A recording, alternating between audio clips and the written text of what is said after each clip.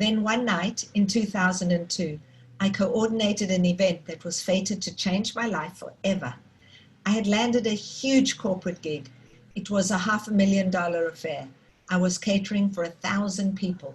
It was one of the biggest things I had ever done, and it was very exciting.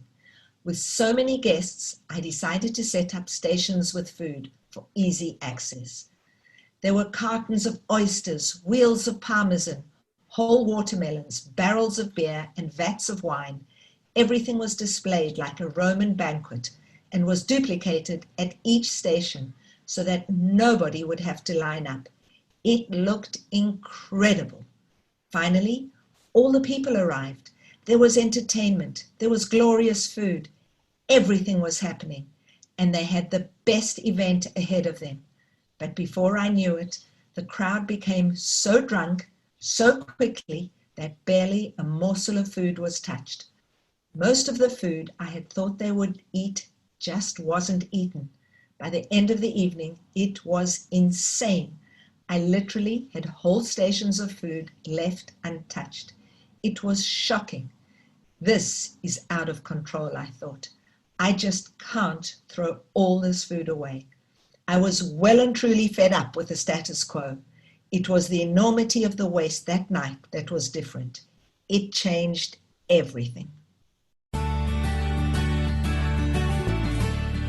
Welcome to the Good Reading Magazine podcast. Good Reading Magazine is a monthly publication dedicated to books and reading and aims to help readers discover their next favourite book. You can find out more about the books discussed on today's podcast at goodreadingmagazine.com.au. Hello and welcome to the Good Reading Magazine podcast. My name's Greg Dobbs. Today I'm talking to Ronni Kahn. Ronni Kahn is the founder and CEO of the food rescue organisation Oz Harvest. Ronni's book, A Repurposed Life, charts the birth and the progress of Oz Harvest, but it's also a joyful and very personal memoir that tells the story of how Ronni found her voice. Ronni, welcome to the Good Reading podcast. Thank you so much for the opportunity to share with you and to chat with you. It's a great pleasure, Ronni. A Repurposed Life could have been simply about the story of Oz Harvest, but it seems to me that your personal journey and the founding of Oz Harvest are inextricably linked. When the idea for A Repurposed Life first occurred to you, and when you sat down to write, what did you have in mind? First of all, I co-wrote the book with my daughter-in-law. I have a marvelous relationship with my daughter-in-law and hadn't immediately thought that she would co-write the book with me. I'd been asked and offered many times by different writers to say, can we write the book for you, ghost writers? And when Jessie said, let's write this book, I think I'm destined to do this with you. It was nerve-wracking, but it was also incredibly exciting because I knew that it would create a depth and that if anybody knew me well, it was her. She'd been my daughter-in-law for 13 or 14 years, and that it would have a very different lens and that I needed to be prepared for it. And so my initial intention was really just to write the story of Oz Harvest. But the minute we started talking, it became really clear to me that what was so important was that nobody should think that I am exceptional or special or unique or different. And so by charting my journey, I felt I'd be able to give a much rounder overview of who I was and maybe allow people to identify with the fact that, in fact, I'm not special. I have created and built something very amazing. I want to go back now, not to the beginning of the book, but much closer to the beginning of your life. And in the book, you actually explore many of the relationships in your life. In one section of the book, you say your mother was immensely practical, a no-nonsense kind of person, and your father seems to have been extraordinarily determined. How much of your parents are in you?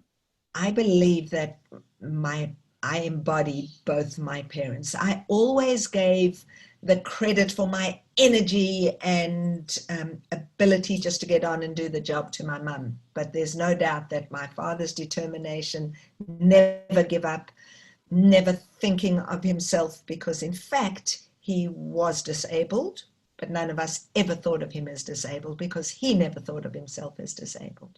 So there's absolutely no doubt that their role modeling, subliminal, never aware that I was absorbing that, became a huge part of who I am today. That practical part is obviously essential in creating Oz Harvest. You also need to be a bit of a dreamer. There's not even any doubt that to bring something to life like Oz Harvest was absolutely a dream and impractical on some levels. Nobody had ever done it before. Nobody had any time I mentioned that I would do it, the practical people said that's not possible, and I just said mind out my way, and I guess that's the determined part.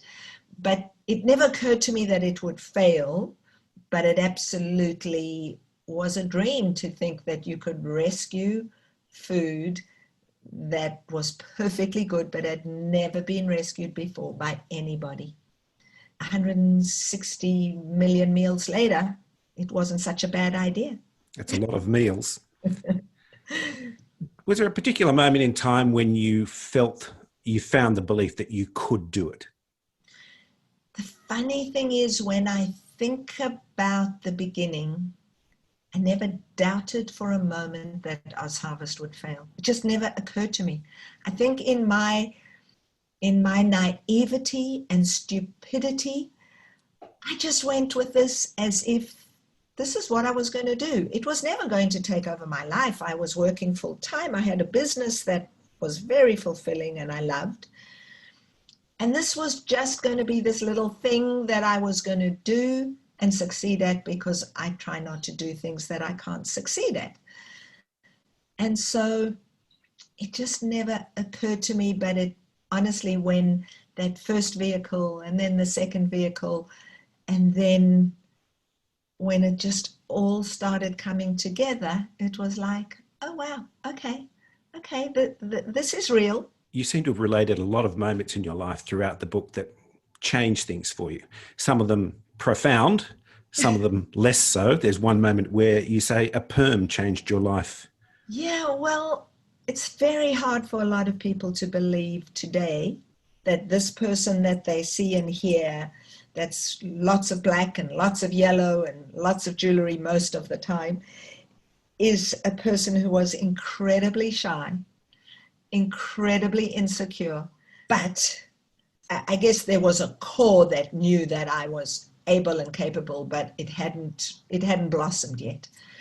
But I went in, as I relate in the book, with my sister to a French hairdresser that I'd never gone to before.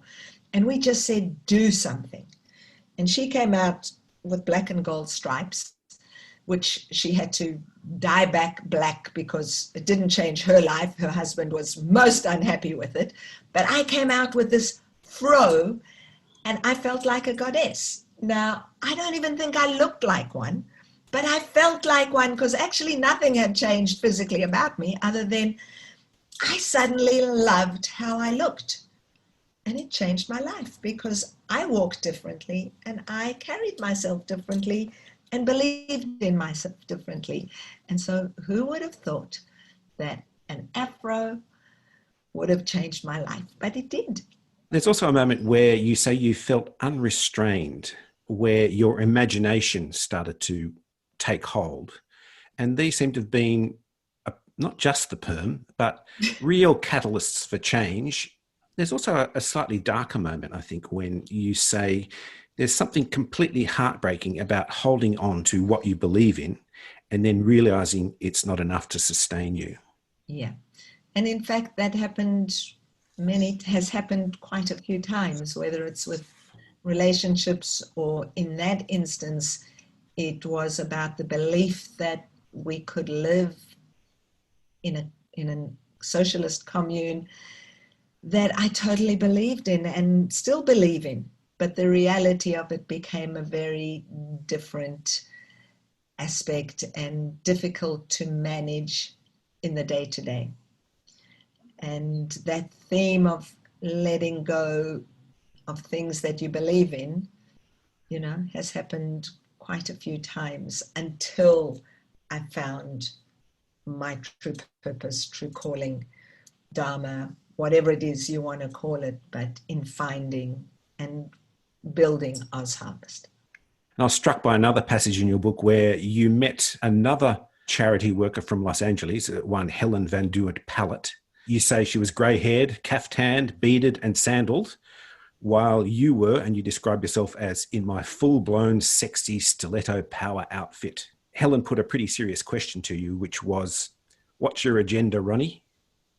Yeah. What was your agenda, and how did that encounter change you and your approach to developing Oz Harvest? So that meeting with Helen, now I'd flown to Los Angeles to find the finder once I had discovered that there was an organization doing what I planned to do. And it didn't make sense. And I guess that's where my practical side came in. Why reinvent the wheel? If somebody's done something, find out how they've done it. And so that encounter, seeing in action, because I spent a day on a van with one of the Angel Harvest drivers who was doing exactly what I planned to do, fundamentally showed me that there was a track record that I could refer to, that I could come back to Australia and say, it has been done, it is being done. Trust me, believe in me, because I'm going to do that. And that agenda, then I didn't really understand the question. I knew, in hindsight, I don't even think I put this in the book, but in hindsight, she probably saw me as the exact antithesis of anyone who was about to start a charity with good intent, which is possibly why she asked me that question. But how I looked and how I felt were very different. And for me, it was really about doing something significant, something meaningful, and something of value. I've got to say, as I thumbed through the book, I did spot a couple of photos of you in a caftan. You did, because I have been there in my life.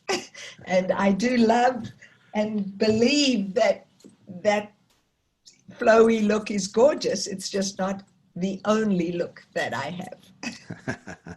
And that actually brings me quite neatly to the next question, which is that A Repurposed Life contains a lot of lessons for other people who might want to tread a similar path.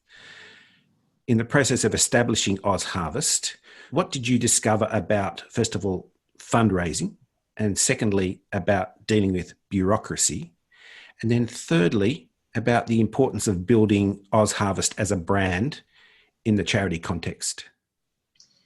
So given that I'd never started a charity, worked in a charity, I'd volunteered here and there, as appears in the book, but it certainly wasn't a frame of mind for me. I'd never asked anybody for anything. I'd never asked anybody for money. I'd earned every penny I'd ever made by an exchange of service and goods. And now I was needing to ask people to invest in a dream because it hadn't existed yet. And I had to learn some very tough lessons. And I guess the most important one is that actually people give money to people they like, as well as for the cause. But I didn't understand that in the beginning, and I just thought, I've got to share the biggest message, and it backfired. What about bureaucracy? Because there was a lot of obstacles to the project in that area too. Yeah, so the second thing around starting an organization in an area that's never been done before, and where there are rules and regulations that actually block what it is and hinder what it is that you're trying to achieve. Again, it didn't really occur to me to give up and say, oh dear, this is all too hard. It just didn't occur to me. All it occurred to me to do was, got to change this, got to find the right people to support It just doesn't make sense. It's too logical that good food has got to feed people rather than going to landfill. I didn't really even understand the environmental impact then. Yeah, understanding that bureaucracy is just there to be dealt with, and you've got to just outsmart it, and you've just got to go round the corners and bang on the doors and not give up. I was so focused, it didn't occur to me not to do that. Building of the brand of Oz Harvest, how important was that? Well, I always thought of Oz Harvest as a business. I'd only ever set up business. And although we were considered, obviously, we're a charity and it's all about philanthropic investment, right from the very beginning, I used words like investment and not donation. Social benefit, social return on investment, and value proposition. And I think that mindset, I've never trained in marketing, but I totally understood that we needed to establish ourselves as much as my own my business had. And my business was orange and black and was very strong. And I knew that I needed to create a strong brand to differentiate us. I didn't even understand that I was doing this to differentiate us from other charities, but to stand out. And I think the yellow and black, you can see us from a mile away. I want to talk now about something that's very much on people's minds, which is COVID-19. And that must have posed a lot of challenges for Oz Harvest. And all the indications are that it will probably get worse before it gets better. So how is Oz Harvest preparing for the future? So that's a great question. And just before I answer that, I do want to share that I had finished the book just as COVID hit. But I feel if ever a book is relevant during or post-COVID, the message that each and every one of us has a role to play is so important, and never more so than during COVID for Oz Harvest. So we were hit by losing a major event fundraiser, which brought us in $3 million, would have brought us in, and we had to cancel. We had to cancel our face-to-face events. We had just come off the back of bushfires where there was such donor fatigue because so much generosity had gone to all charity that were connected to bushfires. Of course, panic shopping, panic buying, fluctuations of food. So we absolutely do what we do best. We're nimble and agile, and we responded extraordinarily quickly. I lobbied to get the charity sector recognized as worthy of getting federal funding. Federal funding right in the beginning went straight to Qantas and to this business and to that business. And our sector, the emergency relief sector, there was no help coming for us. And so it became absolutely imperative that we got tranches of funding to support us too, which we lobbied and got, which made a huge difference, which meant that we could purchase food. And so for the first time ever in 16 years, Oz Harvest purchased food to give out. But we rolled out about 20 new programs. We opened new free supermarkets. We've rolled out mobile markets into regional Australia. We created hamper hubs and delivered over 60,000 hampers to vulnerable people who had never needed food before. There's a new hungry. There are about 1 million more people who need food over and above the 5 million that we have been serving up until this point. So it is very real. It's not going to go away. Even if COVID slows down, the impact of that new cohort, new hungry, is here for the long haul. And so our agility and nimbleness and our refocus, we refocused on not just food rescue, but food relief.